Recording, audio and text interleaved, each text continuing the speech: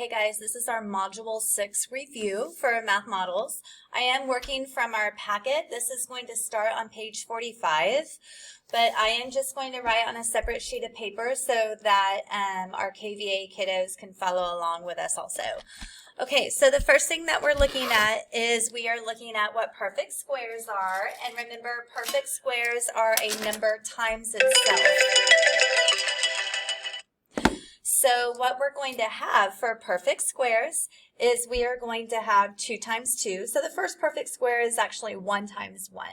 So our first perfect square is 1. And then our next perfect square is 2 times 2, which is 4.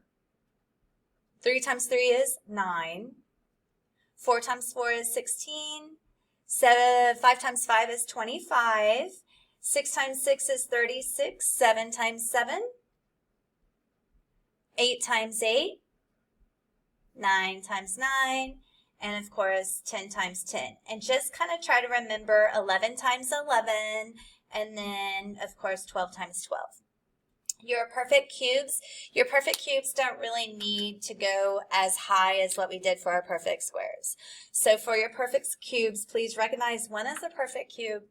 So is 2 times 2 times 2. 2 times 2 times 2 is 8. 3 times 3 times 3, 4 times 4 times 4, 5 times 5 times 5, and then let's skip to 10 times 10 times 10. So those are some pretty popular cubes that kind of pop up frequently. All right, so now what we're going to do is we're going to look at number 2 on our actual test review, and it's simplifying.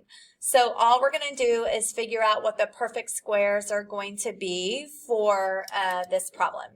So remember, you have a couple of things that you can do here. The first thing that you can do is draw out all your perfects, and I just want to show you guys. Remember, I'm using this site right here. So I already plugged in 44, and I got 2 times 2 times 11.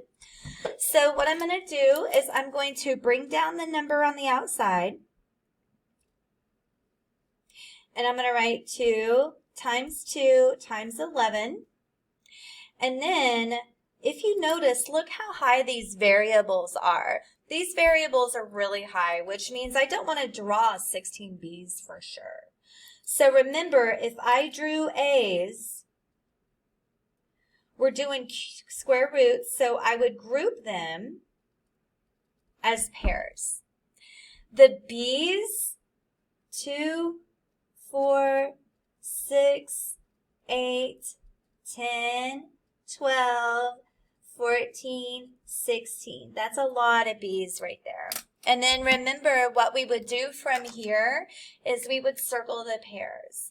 So I have a pair of 2s that's going outside.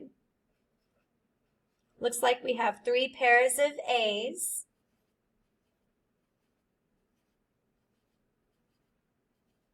And then we have 8 pairs of B's. Everything that I circled is going on the outside. Looks like I have a remainder here, so those 2 are going to stay underneath the square root symbol. So I drew a circle around a 2. I'm going to recopy the minus or the negative sign. I have a 2. I drew 1 circle around it, so it's to the first power. I drew some circles around an A. I drew 3 circles. I drew a lot of circles around the B's. I drew 8 circles around the B's. Now I'm going to redraw the square root symbol and just write the remainder. And the remainder is just 11 and then this single A. So that's going to be the answer to this. Make sure you box this in.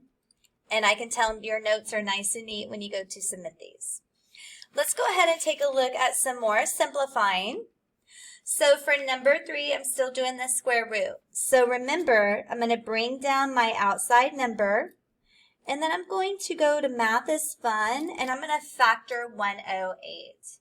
So when we factor 108, we're going to get 2 times 2 times 3 times 3 times 3. Now remember, we have quite a few x's here. And I'm not going to write these out because I really want you guys to see how to just divide by 2.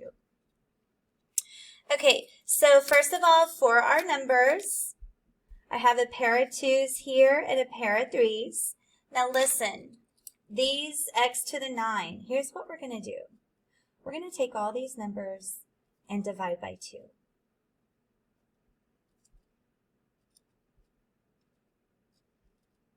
Oh, whoops, that should be a 14. There's 14 z's.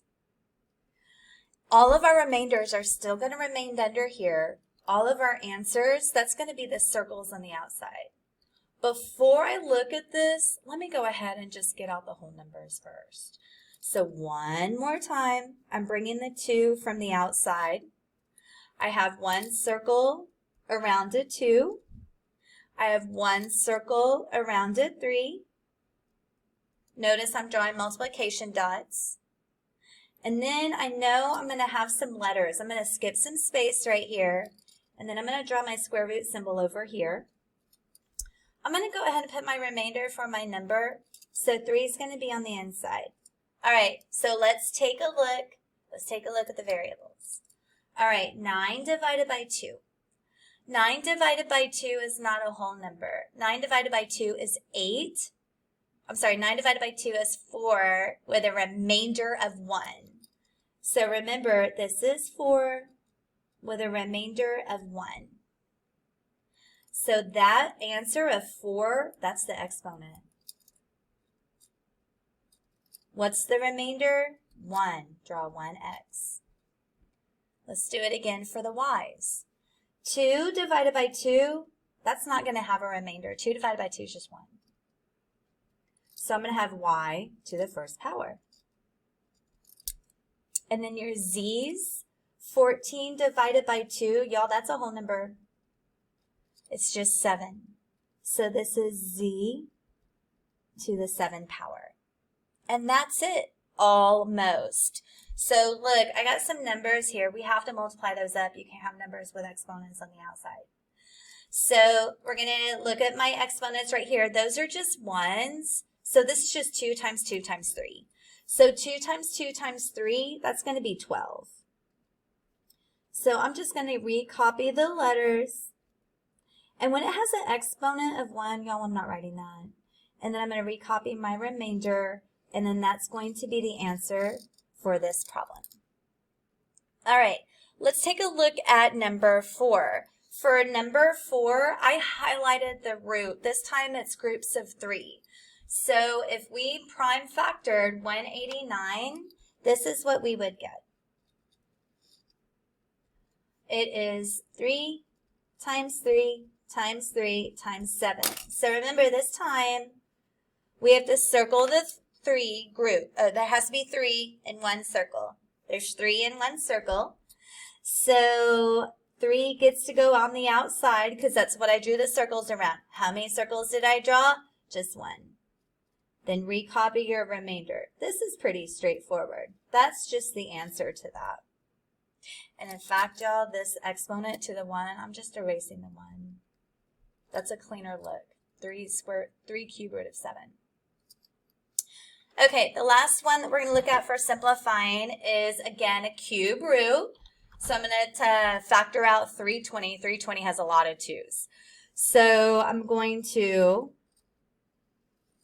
draw out all of those 2's. There's 6 2's here.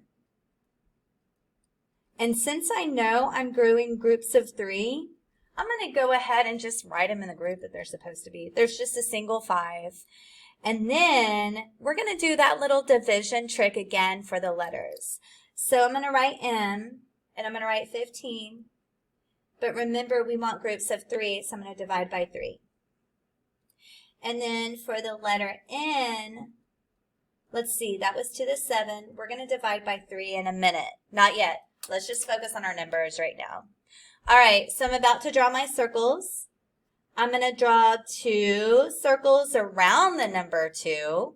Looks like I'm going to have a remainder of 5 in my answer. So 2 is what was drawn around the circles. How many circles are there? 2. I'm going to skip some space and go ahead and write that remainder of 5 because this space is going to be my answers from my work right here. All right, here we go. 15 divided by 3. Y'all, 15 divided by 3 is a whole number. 15 divided by 3 is just 5. Remainder, 0. So I'm going to have m to the 5th power, no m's inside my square right radical sign. So this is going to be m to the 5th power, no m's in here because no remainder. Let's look at the next one. 7 divided by 3, how many times does 3 go into 7? Twice, because 3 times 2 is 6. Okay, so we get an answer of 2 with a remainder of 1, because 2 times 3 is 6. We have a remainder of 1. All right, so what that means is we're going to have n squared on the outside, and we have a remainder. We have 1 single n on the inside. Don't box that in. You got to do 2 squared. So our final answer is 4 m to the 5th power n to the 2nd power with a cube root of 5n. And that is what we're going to box in for our final answer here. And that's part 1.